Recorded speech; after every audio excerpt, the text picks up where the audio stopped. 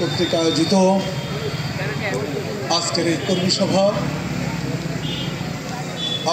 কর্মী সভার সম্মানিত সভাপতি, প্রবীণ রাজনীতিবিদ, মেহেরপুর জেলা বিএনপির অন্যতম সদস্য, 1 নম্বর ওয়ার্ড বিএনপির সম্মেলন প্রস্তুতি কমিটির আহ্বায়ক জননেতা জনাব ইলিয়াস হোসেন, মঞ্চ উপবিষ্ট আহ্বায়ক কমিটির সদস্য সচিব, সাবেক ছাত্রনেতা, জননেতা, জজ কোর্টের স্বনামধন্য আইনজীবী, মেহেরপুরের মাটি এবং মানুষের নেতা জননেতা জনাব কামরুল হাসান, মঞ্চ উপবিষ্ট মুজিবনগরের কৃতি সন্তান, বারবার নির্বাচিত সাবেক উপজেলা চেয়ারম্যান, মেহেরপুর জেলা বিএনপির সাবেক সাংগঠনিক সম্পাদক, মেহেরপুর জেলা বিএনপির আহ্বায়ক কমিটির সম্মানিত যুগ্ম আহ্বায়ক জননেতা জনাব আমিরুল ইসলাম,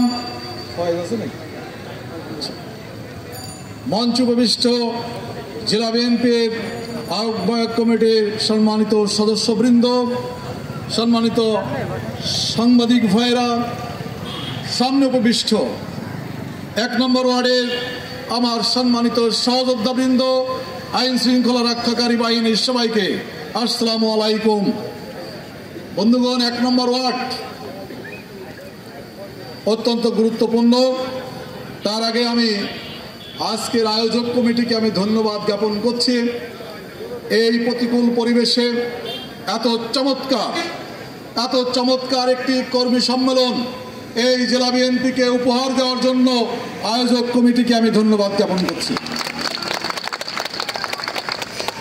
এবং আজকের সভাকে সাফল্যমণ্ডিত করার জন্য 1 নম্বর ওয়ার্ডের যেসব ভাই বোনেরা এখানে উপস্থিত হয়েছেন সবাইকে আমি ধন্যবাদ জ্ঞাপন করছি। এর 1 নম্বর ওয়ার্ড অত্যন্ত গুরুত্বপূর্ণ। পাশেই কোর্ট, ডিসি অফিস, আইন আদালতের যা কিছু, বিচার ব্যবস্থা যা কিছু সবই এই 1 নম্বর ওয়ার্ডে, তাই না? সবই 1 নম্বর ওয়ার্ডে। তাই 1 নম্বর ওয়ার্ড অত্যন্ত গুরুত্বপূর্ণ এবং অত্যন্ত পরিচিতও বটে। কিসের জন্য পরিচিত জানেন? বলেন তো কিসের জন্য আমাদের কাছে 1 নম্বর ওয়ার্ড পরিচিত? কেউ একজন বলেন তো দেখি। গত 16 বছর আমরা 1 নম্বর ওয়ার্ডে এই জজ কোর্টে কতবার যে এসেছি তার কোনো ইয়াত্তা নাই। গত 16 বছর এই জজ কোর্টে আমরা যারা বিএনপির নেতা কর্মী, যারা এই মিথ্যা মামলার আসামি ছিলাম, এখনো আছে, এখনো শেষ হয়ে যায়নি, মিথ্যা মামলার আসামি, তারা এই জজ কোর্টে প্রতি মাসে যার যার মামলা সে অনুযায়ী হাজির। কেউ তো প্রতি সপ্তাহে 2-3 দিন আসতো, কেউ হয়তো মাসে 2 দিন আসতো। আমরা যারা এই বিএনপির নেতা কর্মী এই 1 নম্বর ওয়ার্ডকে খুব ভালো চিনি আমরা, এই একটি কারণেই। বন্ধুগণ, আমি সবার বক্তব্যর শুরুতেই মহান স্বাধীনতার ঘোষক, বাংলাদেশের আধুনিক বাংলাদেশের রূপকার, বহুদলীয় গণতন্ত্রের প্রবক্তা, আমার এবং আপনাদের রাজনৈতিক আদর্শ শহীদ প্রেসিডেন্ট জিয়াউর রহমানকে আমি গভীরভাবে শ্রদ্ধা জ্ঞাপন করছি। এই 1 নম্বর ওয়ার্ডের যেসব বিএনপির নেতৃবৃন্দ আমাদের ছেড়ে পৃথিবী থেকে চলে গিয়েছেন, যাদের কৃতিত্ব, যাদের শ্রম, যাদের নেতৃত্বে আজকে বিএনপি এত বড় সংগঠনে পরিণত হয়েছে, আমি সেই সব ভাইদের নাম ধরে শ্রদ্ধা জ্ঞাপন করব। বন্ধুগণ, 1 নম্বর মরহুম ইউনুস আলী, মরহুম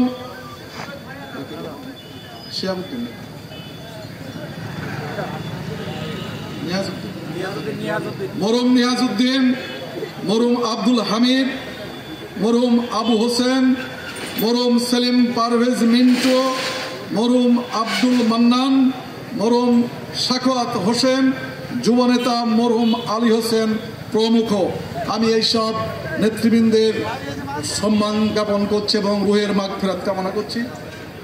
আচ্ছা, মাগফিরাত কামনা করছি এবং আল্লাহ তাআলার কাছে আমরা ফরিয়াদ জানাই এইসব বীর সেনানীরা যেন বড় জগতে বেহেশতের সর্বোচ্চ আসনে আসীন হন, আমিন। বন্ধুগণ, আজকের সভাটা মূলত দুটো পার্টে বিভক্ত। একটি হচ্ছে কর্মী সভা, আরেকটি হচ্ছে এই যে চলমান যে সংগঠনকে শক্তিশালীকরণ, পুনর্গঠন, সেই পুনর্গঠনের সদস্য সংগ্রহ অভিযান আজকের মধ্যে দিয়ে শুরু হবে।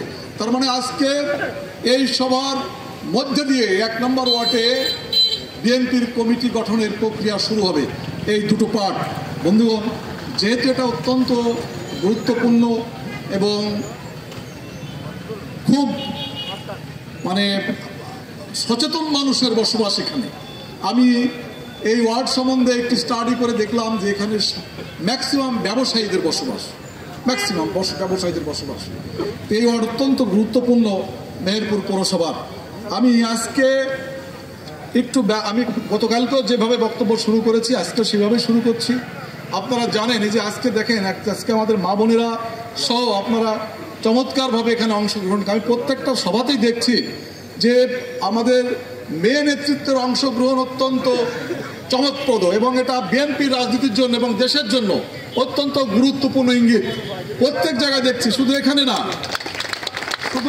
না, আমরা লক্ষ্য করেছি গাংনীতেও আমি যেসব কর্মী সভা করছি, প্রত্যেকটি কর্মী সভায় আমাদের নারীরা, আমাদের মেয়েরা তার সভাকে সাফল্যমণ্ডিত করার জন্য প্রায় 10টা-11টা পর্যন্ত ওনারা সভা শুনছেন এবং শেষ পর্যন্ত থাকছেন ওনারা। এটা অত্যন্ত গুরুত্বপূর্ণ। সেই জন্য আমি আজকে যে বক্তব্যটা, আজকে পাশাপাশি আরেকটি জিনিস লক্ষণীয়, আমি 2 নম্বর ওয়ার্ডে আমি লক্ষ্য করেছি যে দলমত নির্বিশেষে এই মেয়েদেরকে আমি অংশগ্রহণ করতে দেখেছি। আজকেও আমাদের এমনি পুরুষদের ভিতরে আমাদের দলমত নির্বিশেষে সবসময় অংশগ্রহণ করে, আমরা সবসময় দেখি, কিন্তু মেয়েদের ভিতরে দলমত নির্বিশেষে অংশগ্রহণ করা এই পৌরসভাতে আমি খুব দারুণভাবে লক্ষ্য করলাম। 2 নম্বর ওয়ার্ডেও দেখলাম, আবার আজকেও দেখছি আমাদের মাইনরিটি যারা যেসব ভাই বোনেরা আছেন তারাও এখানে অংশগ্রহণ করেছেন। এটা অত্যন্ত গুরুত্বপূর্ণ। আপনারা জানেন, আপনাদেরকে একটা লিফলেট দেওয়া হয়েছে, লিফলেট দেওয়া হয়েছে না? আপনারা লিফলেটটা পেয়েছেন না? আপনারা লিফলেটটা পেয়েছেন। এই লিফলেটটা কিন্তু অত্যন্ত গুরুত্বপূর্ণ। আপনারা এই লিফলেট সম্বন্ধে ইতিমধ্যেই যারা জেনে গেছেন এবং যারা জানেন না, আমার ধারণা তাদের একটা ধারণা তৈরি হয়ে গেছে। এই লিফলেট হচ্ছে বিএনপি আগামী দিনে ক্ষমতায় গেলে বাংলাদেশের রাষ্ট্র ক্ষমতা কিভাবে পরিচালিত হবে, শাসন ব্যবস্থা কিভাবে পরিচালিত হবে তার একটি সনদ। কথা বললে আমার পছন্দ হয় না, আমি সবসময় নিষেধ করি তোমরা কথা বললে বাইরে যাই কথা বলো, কারণ আমি তো কথা বলছি, আমি তো ফালতু কথা বলছি, আমি তো গুরুত্বপূর্ণ কথা বলছি। এই যে লিফলেটটা, এটা অত্যন্ত গুরুত্বপূর্ণ একটি লিফলেট। বিএনপিকে আপনারা যদি আগামী দিনে ক্ষমতায় নিয়ে যান, জনগণ যদি ভোট দেয়, যদি ক্ষমতায় যায়, এইটার আলোকে আগামী দিনের রাষ্ট্র ক্ষমতা পরিচালিত হবে যদি বিএনপি ক্ষমতায় যায়। তার আগে আমাদের কাজ কি? তার আগে আমাদের কাজ এই যে 31-এর যে দফা আছে, এখানে বিভিন্ন রাষ্ট্রের বিভিন্ন যন্ত্রের এখানে কিভাবে পরিচালিত হবে সমস্ত বিস্তারিত আছে। আপনারা এই লিফলেট নিয়ে আপনাদেরকে জনগণের সাথে যেতে হবে, সামনে যেতে হবে। জনগণের সামনে যে এই যে দফাগুলো সম্বন্ধে যার যে দফা প্রযোজ্য, মনে করেন একজন কৃষক যেটা শুনতে চাবে, আপনি যদি এই ব্যবসায়িকদের কথা বলেন তাহলে তো কৃষক শুনতে চাবে না। কৃষককে কৃষকের কথাই বলতে হবে, সে দফা এখানে আছে। এখানে নারীদের নিয়ে আমরা আগামী দিনে বিএনপি কি ভাবছে সেটা এখানে আছে। আমাদের মেয়েরা যখন মেয়েদের কাছে এটা নিয়ে যাবে, তখন মেয়েদের নিয়ে আগামীতে বিএনপি কি ভাবছে সেটা নিয়ে কথা বলবেন। ব্যবসায়িকদের সম্বন্ধে এখানে বলা আছে, ব্যবসায়িকদের নিয়ে বিএনপি কি ভাবছে, আমরা যখন ব্যবসায়িকদের কাছে যাব তখন তাদের কথা বলবো। এইভাবে 31 দফা এখানে উল্লেখ আছে। বন্ধুগণ, আজকে যারা আপনারা এই যে এখানে উপস্থিত হয়েছেন, কমিটি গঠনের প্রক্রিয়ার সাথে যারা সম্পৃক্ত হয়েছেন, আপনারা এই কমিটি যেদিন গঠন হবে পূর্ণাঙ্গভাবে, সভাপতি সেক্রেটারি সহ যখন পূর্ণাঙ্গ কমিটি গঠন হবে, এই কমিটির মধ্যে দিয়ে